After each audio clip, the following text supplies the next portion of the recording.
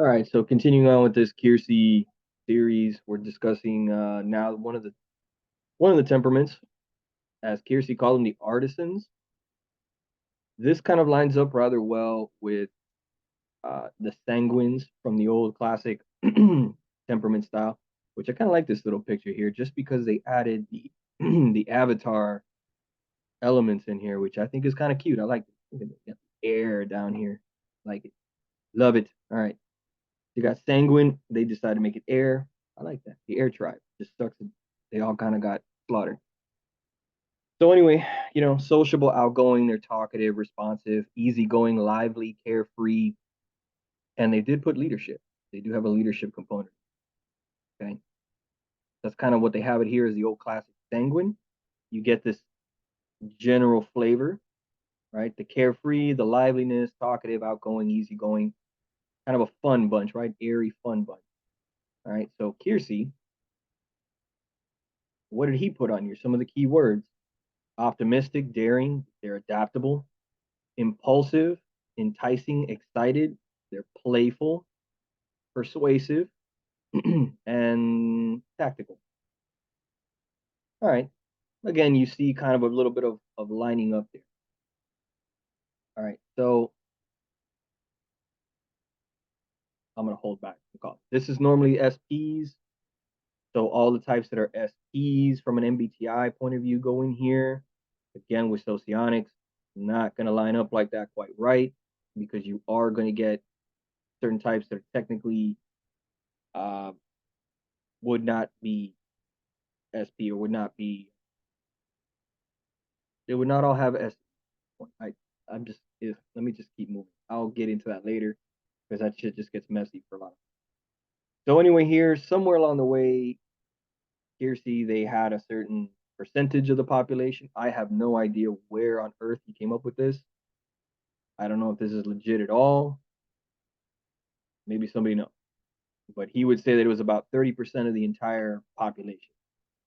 Obviously, he didn't sample the entire world population, so he must have done something for statistics and then tried to extrapolate from that. Whatever. He thinks it's a lot of people. Usually in MBTI world, we do tend to think that a lot of the SE types, ESTPs, ESFPs, ISTPs, ISFPs, that these are common types, easy to find. At least that's the idea, theory. Is that actually true or not? That's up for debate. All right. Artisans share the following core characteristics. They tend to be fun loving, optimistic, realistic, focused, being unconventional, bold, and spontaneous, playful mates, creative parents, troubleshooting leaders. They trust their impulses. They want to make a splash. They seek stimulation. They prize freedom and dream of mastering action skills. There's a few pieces here that I rather like. I personally like it, how well it adds up to some of the typing systems, particularly socionics again, up for debate.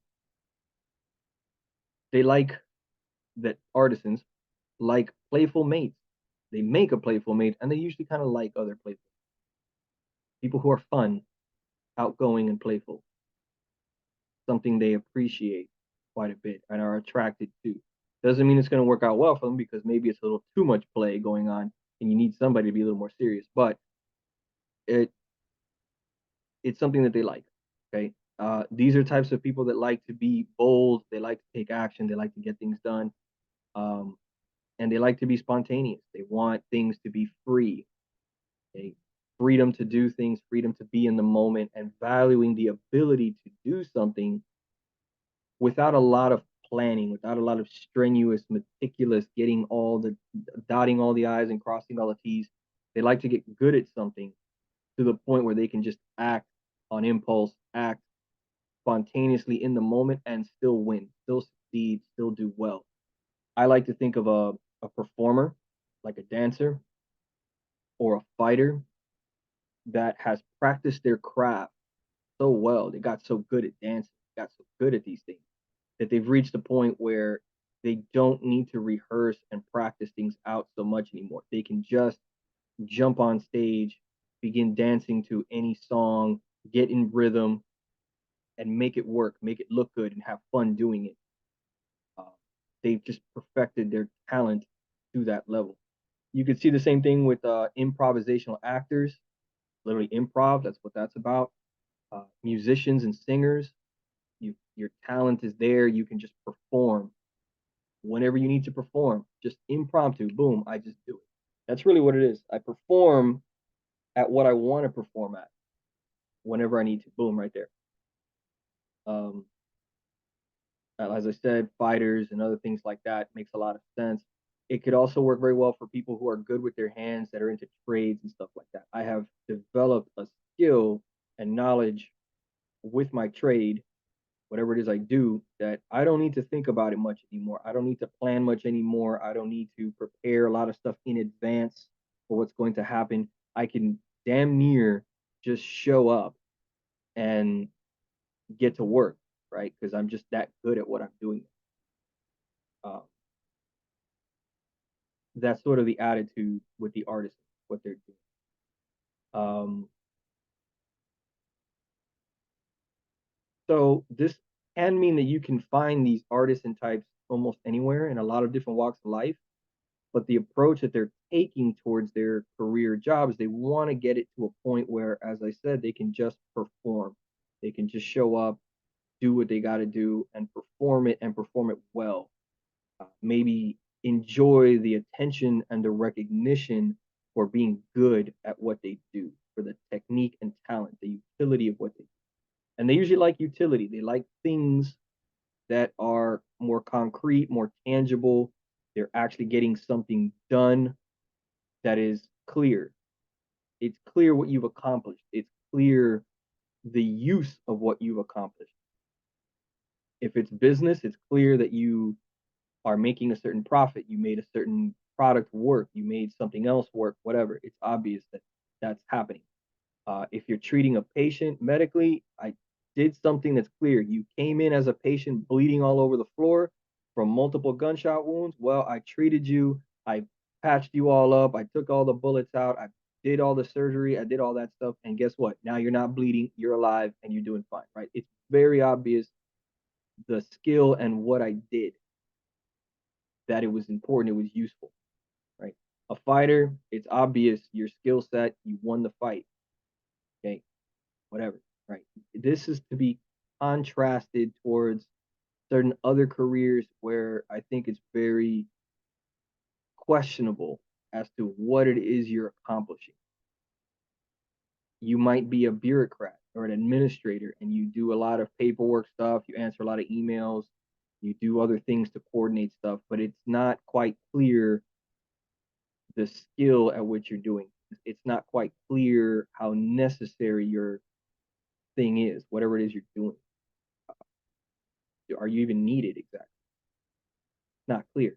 Or maybe you're working again in the medical field, especially something, let's say, like psychiatry, uh, sort of the general practitioner work, other things like that, where it's not clear how much of an impact you're really making with that patient.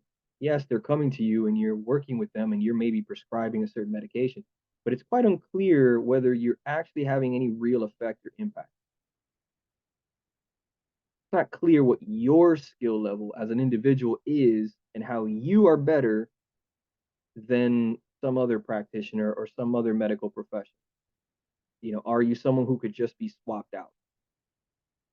Um, that's an important piece. I know I talk about a lot.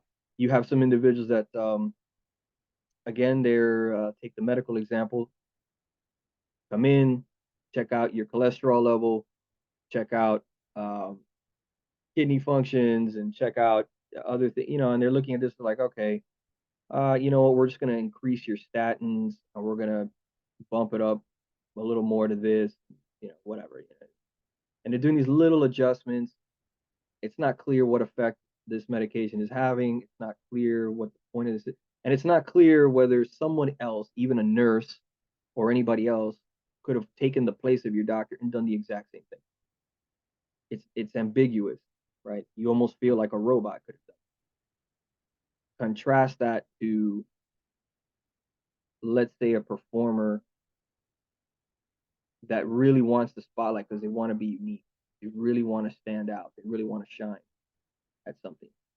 They can play this instrument, and it's pretty obvious that they're better than everybody. Pretty obvious this fighter is better than everybody.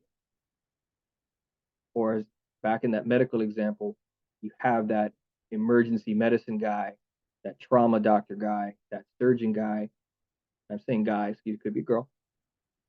That you came in bleeding all over the floor. It's pretty obvious you're going to die until somebody with skill steps in here to fix you.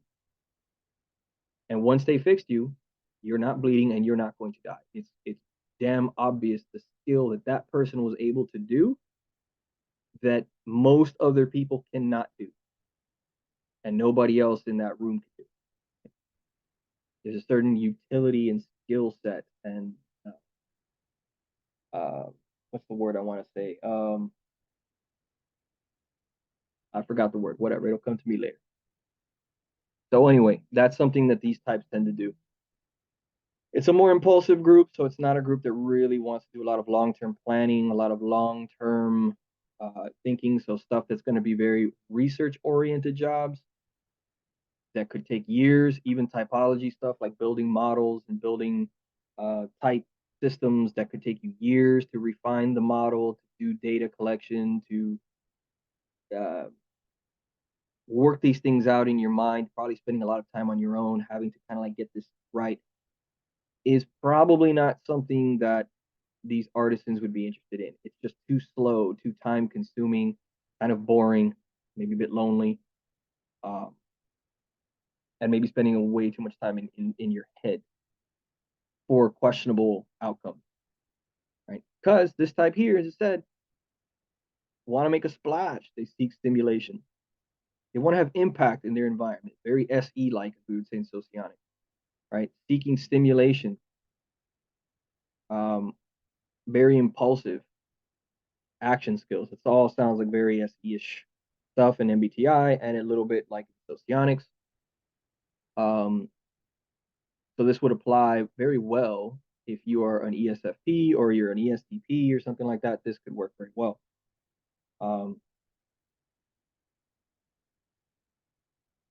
Sometimes making that splash and stimulation can also be in a social sense of just you're a good performer, you're a good dancer, or something. You're getting attention where the audience and the crowd is loving you. People are loving you at the party because you're so fun and awesome. You're hilarious and you're the entertainment at the party, whatever. That is making a splash. That is stimulation. That is uh, being in the moment and fun loving and all that other stuff, right? Very artisans. Okay. So again, it says a whole bunch of stuff on here as well. Sculpting, painting, performance arts, things like that. Now, there is a little bit of a division here where you do have certain types that are very artistic in the way that they're described. The sculpting, the painting. These could be people who are also somewhat isolated, spending time on their own, spending time working on a particular craft. Could be their art, right? Their painting skills, drawing skills, things like that, whatever. Could even be maybe to some degree computer skills as well in the modern world, especially I think if you try to do like graphic design or something like that. So you might see some of that here with this temperament. Now that I bring that up, you might ask the question, well, how do you know the difference between some introverted type who just likes hanging on his computer or likes doing art, but couldn't they be like an NT or something like that, or an NF? Yeah, they could be. But now we're seeing how many traits are you demonstrating, right? How many boxes are we checking? Are you also demonstrating these more fun-loving, optimistic? You're more of a positive sort of individual. You kind of enjoy some of the seeking of stimulation and freedom and so on. Prizing playful mates, right? How many boxes are you checking off? Especially if we can kind of go back to remember, should look a bit like this. Sanguine type. And these are just some examples I'm pointing out. I'm using this particular picture, but you have a whole bunch of other ones. This stuff, here we go. Here's a sanguine one over here. You start to see how a lot of them are very similar. You know, whatever. You have different things you can look at. As far as the Keirsey thing, I'm using the stuff that's online that you can see. It's easy to showcase. If you're really interested in more and more details, you of course have his books that he goes into all that stuff and he adds a bit more detail. All right. Carry on, my wayward son. Most at home and real world solid objects that can be made and manipulated, real life events. So it's really, tools and instruments you're talking about. Um, strike off boldly down roads that others might consider risky. Again, these are also risk takers. That doesn't mean that they don't know the difference, that they're so like absent-minded or they're just so impulsive that they don't realize, oh my God, I'm going down this road on a motorcycle at 200 miles an hour. Like, they understand the danger, but they feel like they can handle the danger. The danger is fun. It's enjoyable. It demonstrates their skill at overcoming things, at overcoming these things. Very SE sounding like with socionics. Again, doesn't always apply so well. Applies great for high SE dominant types.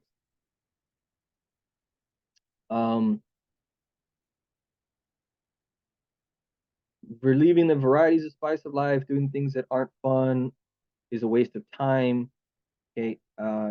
Again, very sociable people. Very sociable people.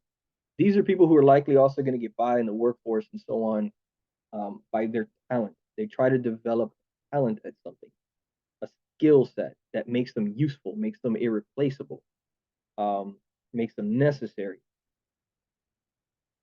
but are not always the person who is the great, reliable worker, that person who's disciplined, shows up on time all the time. They show up ready in the right attire that fits right in, that doesn't cause problems. Not necessarily going to be that um, person who's always a team player. That might not always work right for these people. So this type can be kind of rebellious, a little unreliable, a bit of the bad boy, a little bit of the bad girl, a little bit of the person that likes to dress too artistic and bohemian and all kinds of, just wear all sorts of weird stuff that doesn't always fit in well. Uh, rule breakers at times, but they're talented at what they do, and that's kind of their calling card, gets them by. Um, more concrete and not dealing with the abstract stuff as mentioned before. They don't want to deal with long-term plans very much.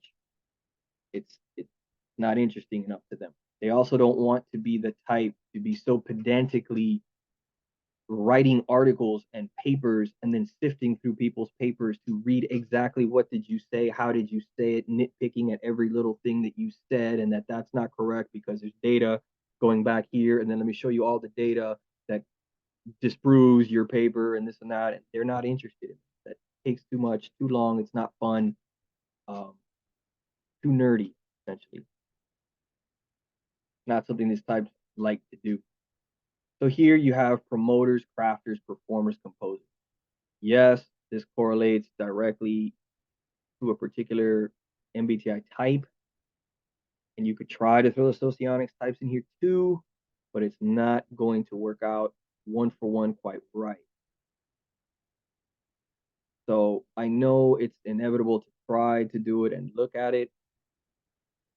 Normally, this is the promoters would be the ESTPs, crafters would be ISTPs, performers would be ESFPs, and composers would be ISFPs. If you're looking at it from a socionics point of view, promoters would still be ESTPs, performers would still be ESFPs, but crafters in this case is a socionics ISTP, meaning this is an SI dominant person, the SITE person from Delta Quadrant. Composers would be, in fact, the Socionics ISFP, which is, in fact, going to be an SI dominant individual. It's SIFE from Alpha Quadrant, kind of what it would line up as. When you look at the thing, you know, it again, it's not going to be perfectly one for one. So try to just focus on what Keirsey is describing for what it is. These types of promoters. Um, or these types of SPs, right? Whatever. So promoters live with a theatrical flourish, which makes even the most routine events seem exciting. Not that they waste much time on routine events, work and play, demanding new activities, bold, daring, and hard, ever optimistic. So one of the issues, if you're looking at it from a socionics point of view, socionics ESTPs tend to be more aggressive, more assertive in compared to what's described here. And socionics ESTPs tend to be much more logical. They can be a bit almost uptight looking sometimes, a bit forceful in nature, a bit aggressive, a bit bossy, but much more logical. Very good at logical reasoning and stuff. You don't quite get that as much here from this Keirsey promoter's description, where it looks a little bit more fun and happy-go-lucky-ish. So there's that little difference. Now, even a socionic CSTP can be fun. They can be goofy. They can uh, how should I say, you know, be playful and work with the crowd. They do have mobilized FE. So you can see some crossover here going on. You can see it. Case in point, check out Rusted Typology's channel. He's a good example of an SLE. They can be logical and categorical. They can be good with debates and arguments. They focus on the logic, but they can also be playful and just goofing around and just bullshitting around and so on. Okay. Crafters, this would really be the SLE type. I'm sorry, the SLI in socionics. It's still kind of the same idea, this more kind of reserved, a little more introverted sort of individual that tends to like to work with their hands more and good at tools, good at trades and things like that. And they're usually fairly easygoing people, relaxed, kind of easygoing types. The general description still works here with crafters. Performers, the ESFPs.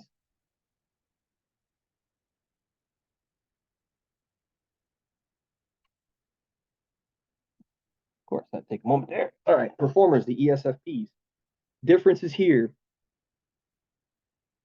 The ESFP in a socionics point of view is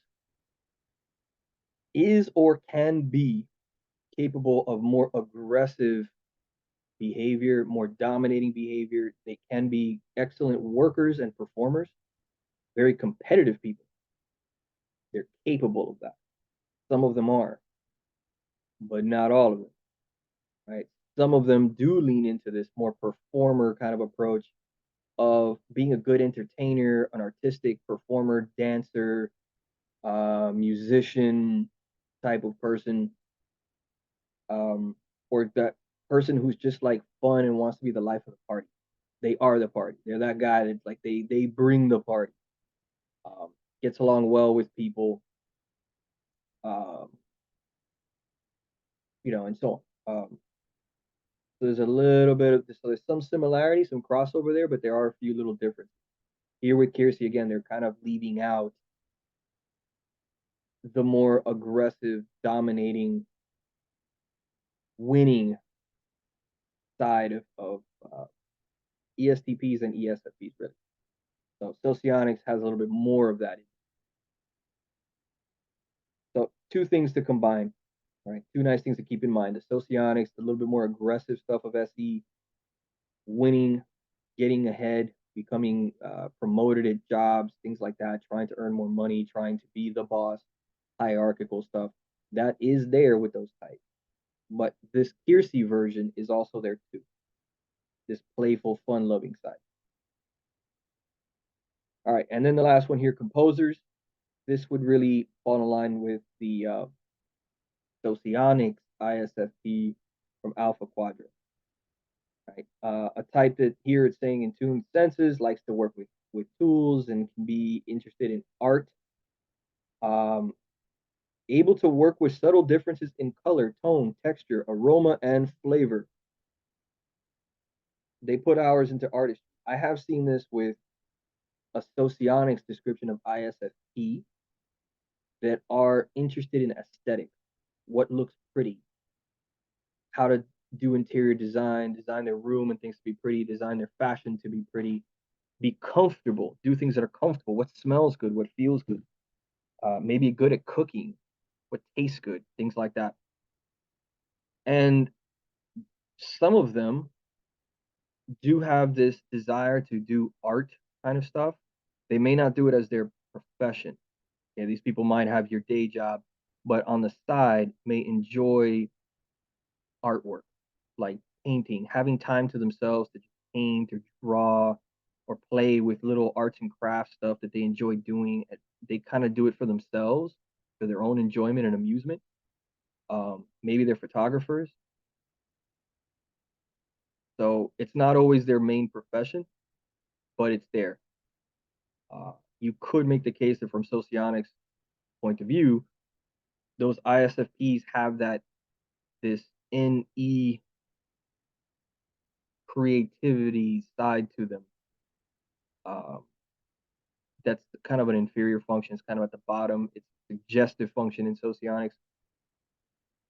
So they're not terribly comfortable with some of these things.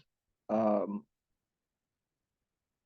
Comfortable enough to necessarily make a career out of it, or put it out there, promote it, but they like doing it on their own time. I have seen that quite often, actually. Others said maybe they are more bold and really put it out there, and so they are really doing this as a career. It's what they do, how they put a little bit of this artistic talent out there. This brings me to another thing with Keirsey. That's something to keep in mind. Okay, Keirsey uses a lot of examples sometimes that are a little bit too grand, too outlandish. He'll give examples of ESTPs as though they're all fighter pilots or they are business tycoons and Navy SEALs or something like that. He might give the ESFP performers like they're all Dua Lipa and they're all singing on stage somewhere or whatever. They're composers here, even the word composer, as if they're composing orchestra music and leading as a conductor of things. Like, no, not necessarily. You got to kind of bring some of this down to reality, to the common man, the common person that does it your regular 9 to 5, that is doing some other normal kind of job, right? Not everyone's going to be an orchestra composer. It's not possible. Not everyone's going to be um, selling out stadiums with their music and their performances.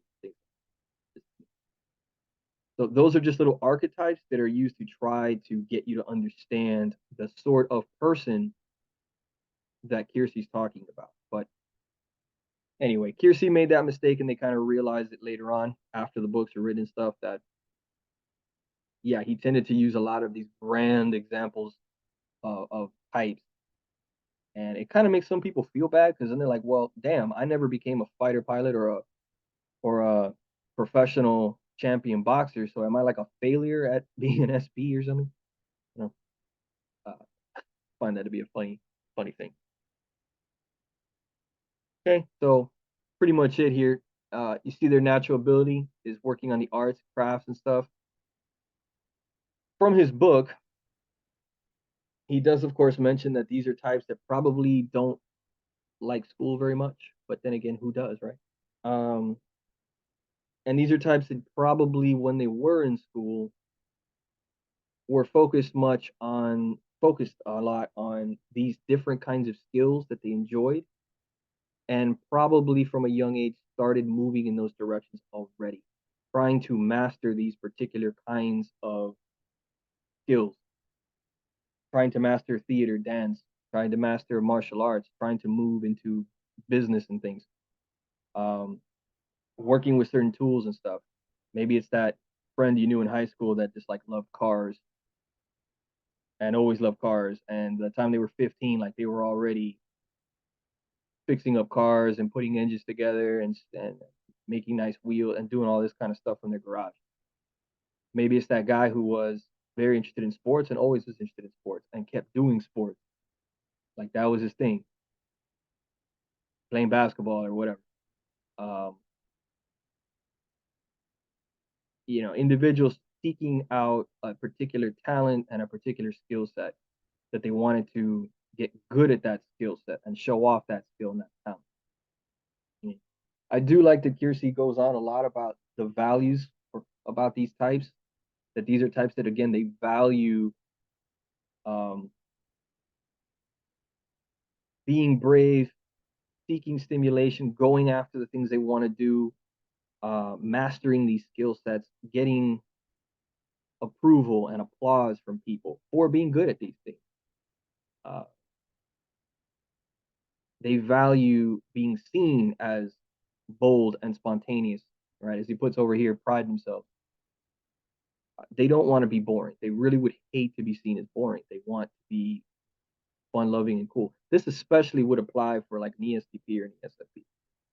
Would especially want to not be boring and be doing bold, spontaneous things getting by.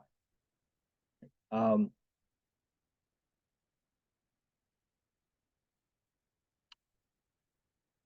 yeah, I like some of those pieces to it. So anyway, kind of a little quick breakdown. There's more to be said, which can come up in follow along videos, so don't make this take forever.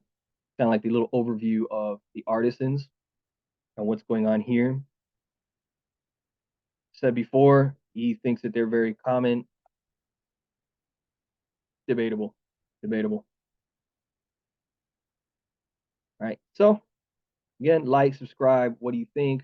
How do you feel? Are you one of these types? You think they're everywhere, not everywhere? How much of this is relatable to you? How much of it is not? You know, again, so much to say here. So next one we'll go into probably Guardians. All right, and that whenever I get around to it. So we'll get to that.